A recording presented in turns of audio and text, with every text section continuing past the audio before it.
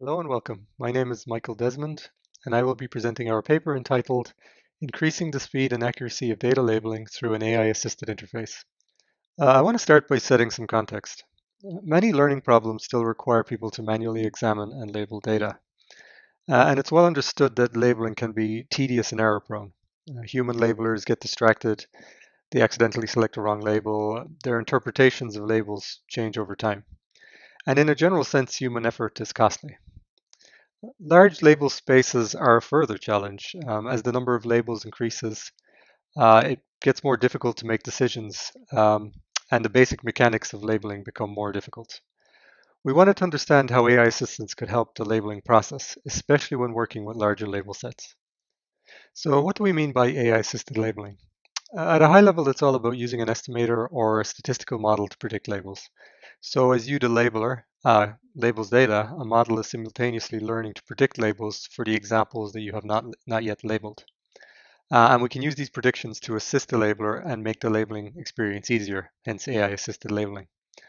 More concretely, we use label predictions to rank, annotate, and reduce the label space. So if you look to figure 1 on the bottom left, here you have an example and the labeler is required to choose the correct label. Notice that each label is annotated with a blue bar. This represents the likelihood of it being the correct label. There is also a percentage representation of the same information, and labels are also ordered. All of this information is derived from a label prediction.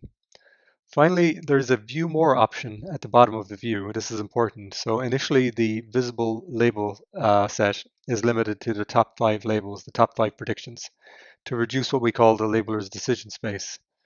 The View More option expands the full labeling space, as can be seen in Figure 2. Okay, so hopefully everything is clear so far. I want to now talk about the empirical study design. So I already talked about the research question, and I mentioned that this is an empirical study. We developed 3 hypotheses as a framework for the study. H1 is essentially AI assistance improves labeling accuracy. H2, AI assistance decreases labeling time. You can also think about this as increasing labeling speed. And finally, H3, improving the accuracy of the assistance improves the accuracy of the human labeler. And that last one is an attempt to measure and understand how human labelers rely on AI assistance. We ended up with 3 study conditions. The baseline condition was the simplest. This group used a labeling interface without any assistance. No annotations, no ranking of labels, no model, just an alphabetically ordered list of labels, hence the baseline. Then we had 2 AI-assisted groups. We had the weak AI-assisted condition and the strong AI-assisted condition. Both of the AI-assisted groups used the assisted interface. This interface contains the rank, annotate, and reduce features that I described in the previous section. The difference between the 2 AI-assisted conditions was the quality of the predictions, hence weak and strong. The weak AI assistance group had predictions from a minimally trained model, and the strong AI assistance group had predictions from a better trained model, which was more accurate in predicting the correct labels. We went with a within subjects design, meaning that every participant would be exposed to one condition only.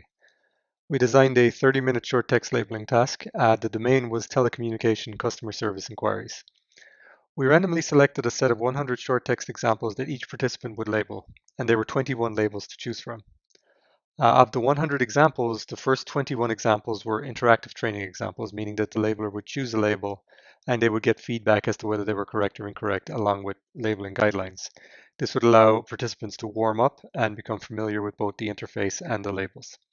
The remaining 79 examples, the labeler would need to choose the correct label without feedback. We recruited participants from Amazon Mechanical Turk, and we were very focused on keeping the experiment realistic, so we chose only master workers and paid a small bonus for correctness. So each participant could stand to make $1.58 on top of their flat fee if they got everything correct. And finally, a quick note on the data that we collected during the study. So we recorded the label selections to measure accuracy against our ground truth. Labeling duration was recorded per example, and we trimmed any loading times. We recorded use of the View More function, and this, of course, applied to the assisted conditions only.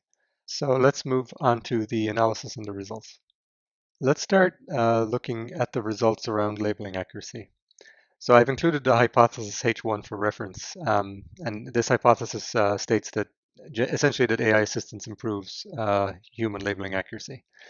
So for the analysis, we conducted a one-way ANOVA between our three conditions, and accuracy amongst the conditions was significantly different.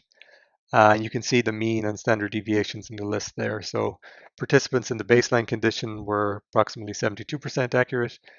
In the weak AI-assisted condition, they were 79% accurate, and in the strong AI-assisted condition, they were 78% accurate.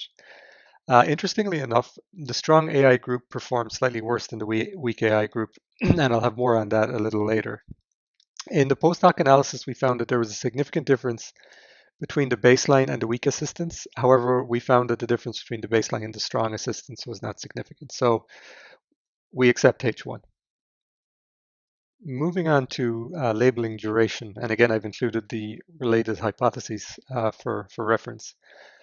And we expect that the labeling time decreases in the assistance conditions. So for this analysis, we used the linear mixed model, and we found a significant effect of assistance condition on labeling duration. In the post-hoc analysis, we found that the weak AI-assisted group took significantly less time to label than the baseline group, and also the strong AI-assisted group took significantly less time to label than the baseline group. And the chart on the right shows the mean labeling duration across the three conditions. We were surprised at how small the decrease in labeling time was due to the AI assistance, and we expected a more dramatic effect. So to better understand this, we needed to look at the usage of the view more function during the study. So we accept H2, but there seems to be more going on here. Looking at the use of the view more feature in the AI assisted conditions, remember that the use of view more means that the labeler expanded the full set of labels. Presumably, they could not find the label they wanted in the top 5 initially presented in the AI assisted interface. We observed a very large difference in labeling duration when the view more function was used compared to both the baseline and the assisted cases where view more was not used. So in effect, when AI assisted labelers found the label they wanted in the initial set of 5 labels, they were very much faster than the baseline. However, when they could not find the correct label in the top 5, they were very slow, even slower than the baseline condition, and by a large margin.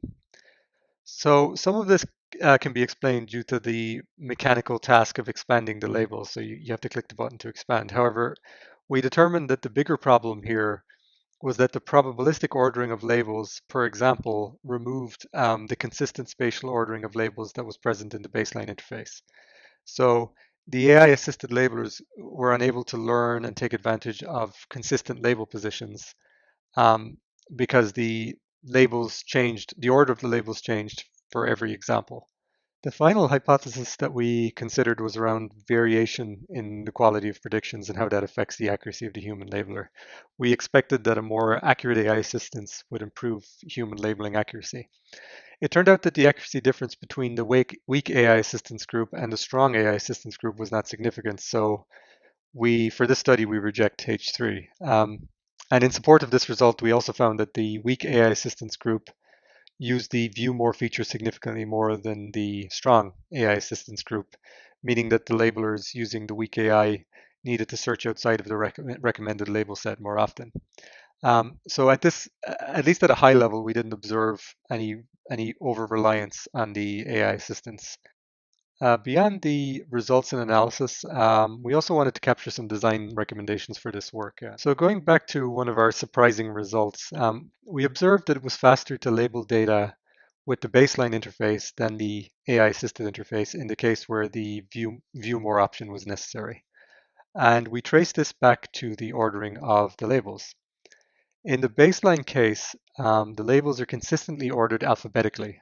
So this introduces a spatial dedication, and the users can learn and rely on this to index and find labels very quickly.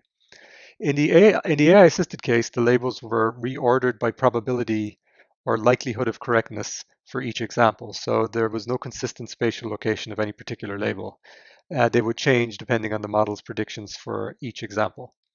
And what this means is that human labelers could not rely on spatial positions of labels in the interface and found it hard to locate particular labels. So they needed to essentially scan the entire list every time. And we found plenty of evidence of this phenomenon in the survey data. I've included some quotes here. So the takeaway is that label recommendations are best presented alongside or in the context of a consistent spatial ordering. And this way, if the labeler can't find a label in the recommended list, they can fall back on a consistent, alphabetical list, for example. Another somewhat surprising result we ran into was that the weak AI assistance group performed slightly better than the strong AI assistance group. And we wanted to understand this a little bit deeper because it seemed unintuitive. Analyzing the probability distributions of the model predictions, we discovered that the weak AI was more certain in its predictions than the strong AI. And you can see in the chart that the weak AI was often highly confident when it was both correct and incorrect.